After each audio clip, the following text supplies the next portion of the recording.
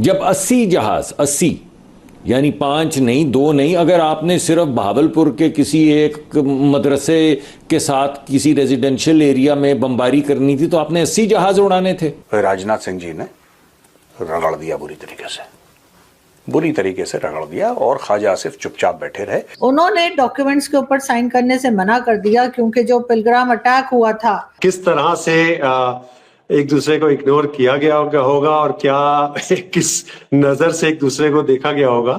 I think मेरी इस वक्त तक 10 साल ऑफ मोदी गवर्नमेंट, बल्कि 10 साल से भी ज्यादा के बाद ये असेसमेंट है कि ये उनका एक स्ट्रेटेजिक डिसीजन ऑलमोस्ट बन गया है।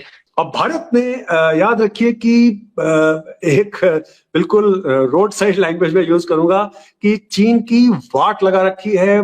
जब 80 जहाज पाकिस्तान की तरफ आते हैं तो आपको अंदाजा होना चाहिए कि उसका मतलब क्या है। और 3 मरतबा तो उन्होंने कोशिश की लाहौर के इर्द गिर्द दाखिल होने की पाकिस्तान की सरहदों में, उन्हें रिपेल किया गया। मेजर साहब, आपने कहा एक एंटी मुस्लिम कैंपेन है, ये एटम बम की जंग नहीं है।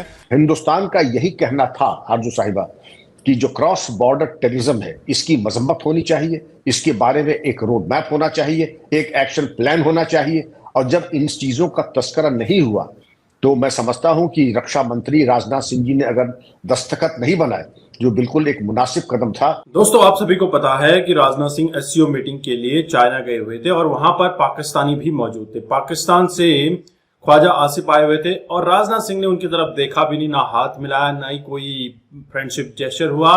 और इसी दौरान उन्होंने जो संयुक्त घोषणा पत्र होता है एससीओ का, उस पर साइन करने से मना इसलिए कर दिया क्योंकि उस पर क्रॉस बॉर्डर टेररिज्म बोले तो पहलगाम आतंकी हमले के बारे में कोई भी जिक्र नहीं था, जबकि उस पर बलूचिस्तान में हो रहे आतंकी हमलों के बारे में बातचीत हो रही थी। मेजर साहब, आपने कहा एक एंटी मुस्लिम कैंपेन है, ये एटम बम की जंग नहीं है, ये यहूदियों की जंग है मुसलमानों के खिलाफ। मैं इस बात पे बड़ा आपसे खुश हूं कि आपने आज बड़ी अच्छी बात कर दी कौम के सामने। सर, इस पे थोड़ी रोशनी भी डालिएगा प्लीज मेसम साहब।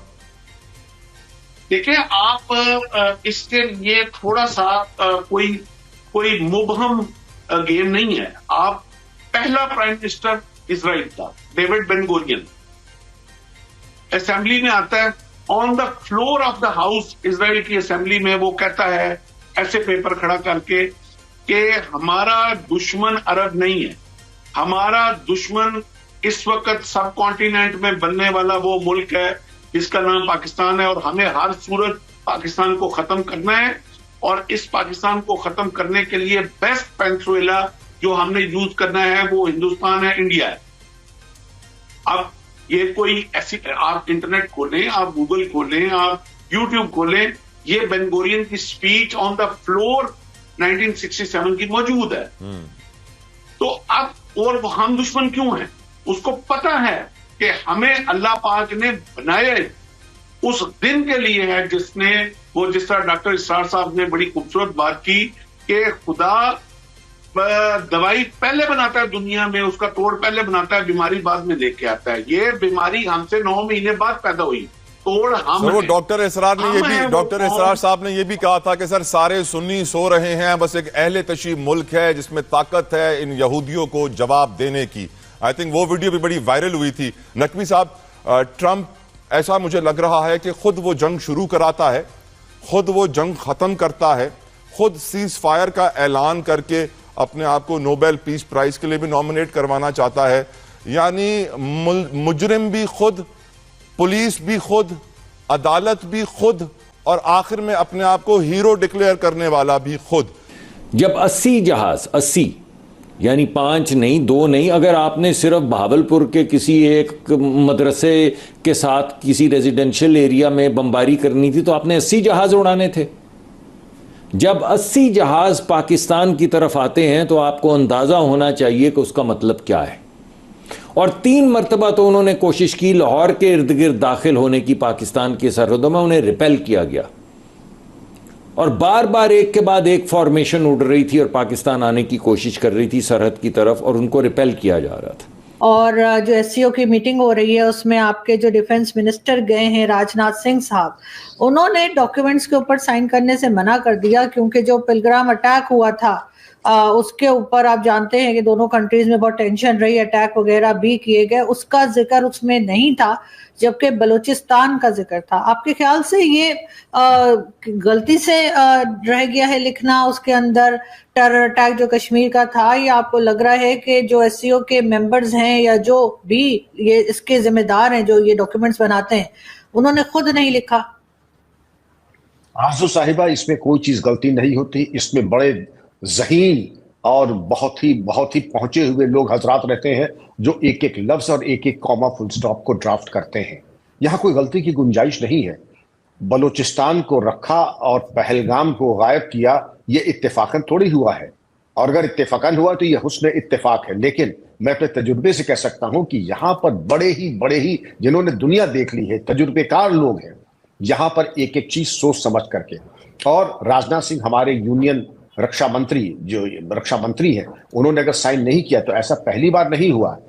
इसके पहले भी 2023 में आरजू साहिबा, जब चीन का बेल्ट एंड रोड इनिशिएटिव के ऊपर कुछ तस्करा हुआ था, तब भी राजनाथ सिंह ने साइन नहीं किया था, और इसके तमाम फायदे भी हुए हैं। लेकिन आज के अगर दौर में देखें कि पहलगाम में 22 अप्रैल इसी साल जिस तरीके से 26 हिंदुस्तानी शहरियों को कत्ल किया गया था, बेरहमी से किया गया था, जाति और मजहब देख करके किया गया था, फुटप्रिंट बिल्कुल लश्कर तैयबा के मोडस ऑपरेंडाई की तरह थे। और जब लश्कर तैयबा का नाम खुल के आ रहा है और हिंदुस्तान का साफ इल्जाम ही नहीं और अब तो बिल्कुल ऐसे सबूत हैं जिसको कि नकारा नहीं जा सकता है, तो आरजू साहिबा इसका तस्करा होना चाहिए था। और उन हालात में जबकि बलूचिस्तान के बारे में इतनी लंबी चौड़ी इसमें जो जिक्र और तफसील से बयानात किए गए थे, तो कम से कम इतनी तो ये तो मामला तरोताज़ा है, इसको और लिखना चाहिए था। ऑलमोस्ट हम लोगों के दोनों मुल्कों के बीच में एक जंग छिड़ा, और जंग छिड़ने के इस तरीके की ये जो 10 मुल्कों का एक एसोसिएशन है, शंघाई कोऑपरेशन ऑर्गेनाइजेशन, इसमें अगर आप देखें इससे यही आया था कि सोशलॉजिकल, इकोनॉमिक, ज्योग्राफिकल, पॉलिटिकल और डिफेंस का एक मसौदा था। दोस्तों, एक तरफ तो पाकिस्तान कहता है कि हम आतंक नहीं फैलाते, लेकिन जब एससीओ में संयुक्त घोषणा पत्र देखा जाता है तो उसमें चाइना और पाकिस्तान मिलकर बलूचिस्तान वाले इश्यू, उस मुद्दे पर बात करते हैं।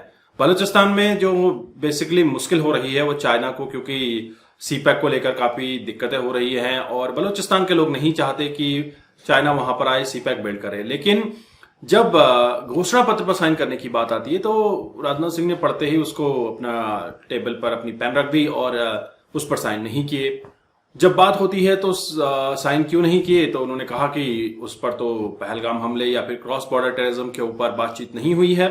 जबकि ये एससीओ इसी वजह से बनाया गया है कि जो हमारे देश हैं, हमारे पड़ोसी हैं, इनके बीच में एक सामंजस्य बना रहे, कोई भी किसी भी तरह की एक्टिविटीज ना हो गलत। तो कहीं ना कहीं पाकिस्तान और चाइना को इंटरनेशनली बेइज्जत करने का ये सही मौका था, और राजनाथ सिंह ने बिना ये मौका गंवाते हुए बिल्कुल इनको बेनकाब कर दिया, अच्छे से रगड़ा है। दोस्तों, आप क्या सोचते हैं, क्या राजनाथ सिंह का यह कदम पाकिस्तान और चाइना को बेनकाब कर सकता है? हालांकि पाकिस्तान तो वैसे भी बेशरम है, लेकिन चाइना को थोड़ा सा फर्क पड़ सकता है।